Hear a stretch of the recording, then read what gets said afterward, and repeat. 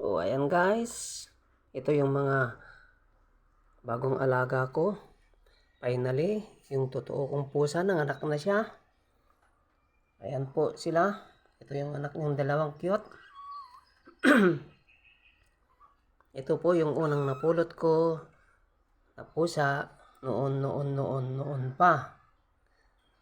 May mga ano na to siguro 3 years. Tapos lumaki. Nung nagbuntis, hindi po siya umuwi. Pero dito, laging kumakain. Pagtapos kumain, umalis.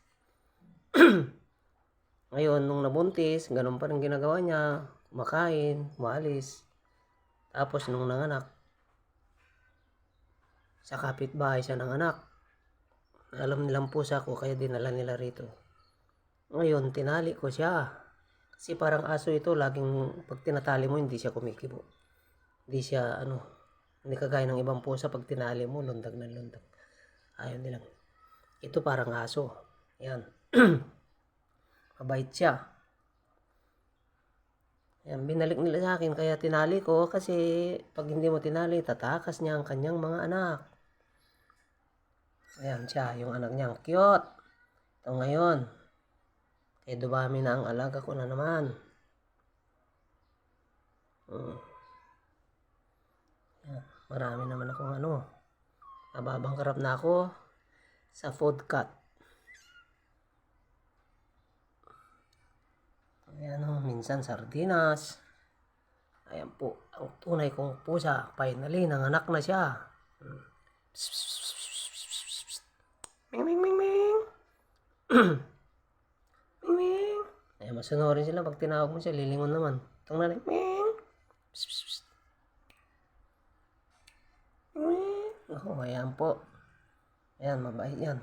Pusa. Tapos ito naman yung pusa kong maliit na napulot ko nung tag-ulan. Ayan siya.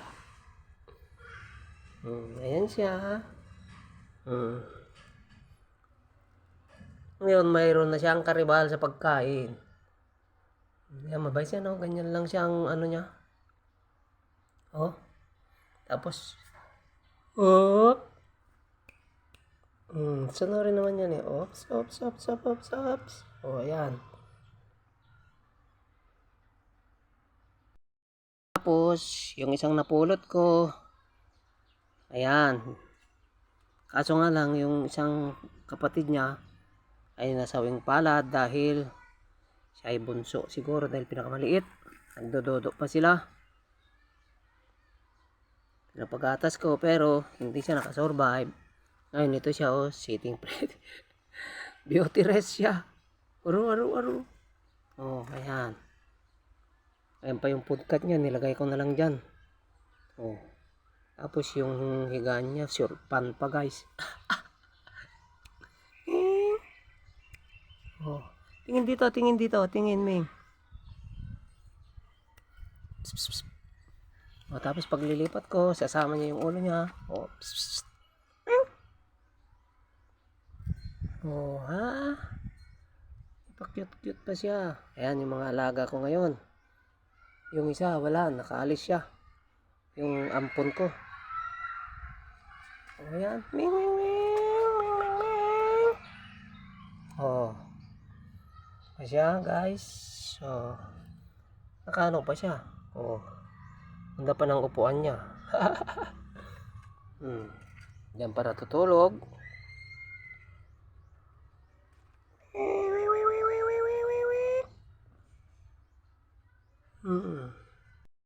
Isa, nakatingin na naman, nagsiselos.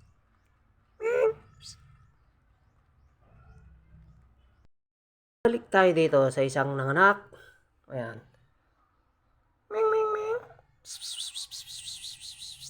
Ayan, busy yung mga anak sa pagdudodo. Usap natin. Tignan natin yung mga mukha nila. Kakyot. Oh, di ba? Oh. Huwag daw silang istorbohin, nagdododo. Kayo naman. Oh, di ba? Ay, yung nanay nila, tulog na tulog. Puyat. Sa pag-aalaga ng nanay ay mga anak. Ba? Nagalit na siya.